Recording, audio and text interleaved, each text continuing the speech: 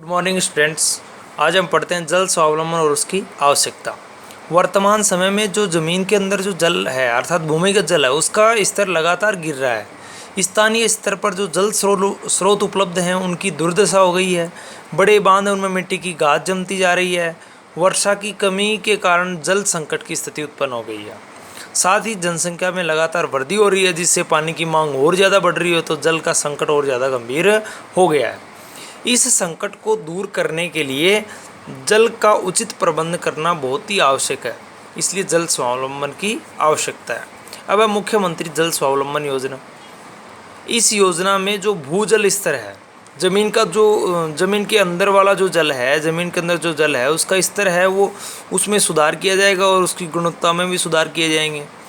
ये जो योजना है मुख्यमंत्री जल स्वावलंबन योजना, इसमें प्राचीन जल स्रोत जैसे कुएं हैं, बावड़ी हैं, तालाब हैं, नाड़ी हैं, इनको पुनर्जीवित करने का कार्य किया जाएगा, दोबारा से इनको जीवित किया जाएगा। फिर पंचायत स्तर पे जो तालाब हैं, नाड़ियाँ हैं, कुएं हैं, उन सब की मरम्मत का कार्य किया जाएगा, उनकी सफाई की जाएगी।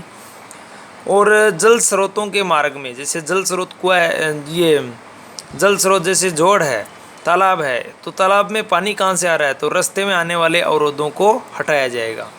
ये जो योजना है ये 4 वर्ष तक चलाई जाएगी। इस योजना से 21,000 गाँवों को लाभ होगा। इस योजना में जो गैर सरकारी संगठन हैं, धार्मिक ट्रस्ट हैं, अप्रवासी ग्रामीण हैं, उन सबका सहयोग लिया जाएगा। स्थानीय ग्राम के लोगों का भी सहयोग लिया जाएगा। अब है जल प्रबंधन के लाभ। तो जल का को इकट्ठा करने से जल के प्रबंधन के क्या लाभ हैं? पहला है जल प्रबंधन से जो व्यर्थ जल बह जाता है उसका सदुपयोग किया जा सकेगा। फिर जल प्रबंधन, यदि जल को हम इकट्ठा करेंगे वर्षा जल को, तो बढ़ती हुई जनसंख्या उसकी जल की आपूर्ति करने में हमें सहायता मिलेगी। तीसरा, यदि किसी वर्ष मान लीजिए अकाल पड़ जाता है, सूखा पड़ जाता है, तो ऐसी उस समस्या से भी हमें निपटने में मदद मिलेगी। यहीं से ये लेसन कंप्लीट हो जाता है। इस लेसन में से 3 नंबर के प्रश्न आएंगे, एक 1 नंबर का और एक 2 नंबर का। ठीक है, छोटे प्रश्न 1 नंबर वाले प्रश्न आपको कक्षा के दौरान लिखवाऊंगा। 2 नंबर वाले प्रश्न जो हैं वो उनकी फ़ोटो आपको उपलब्ध हो जाएगी।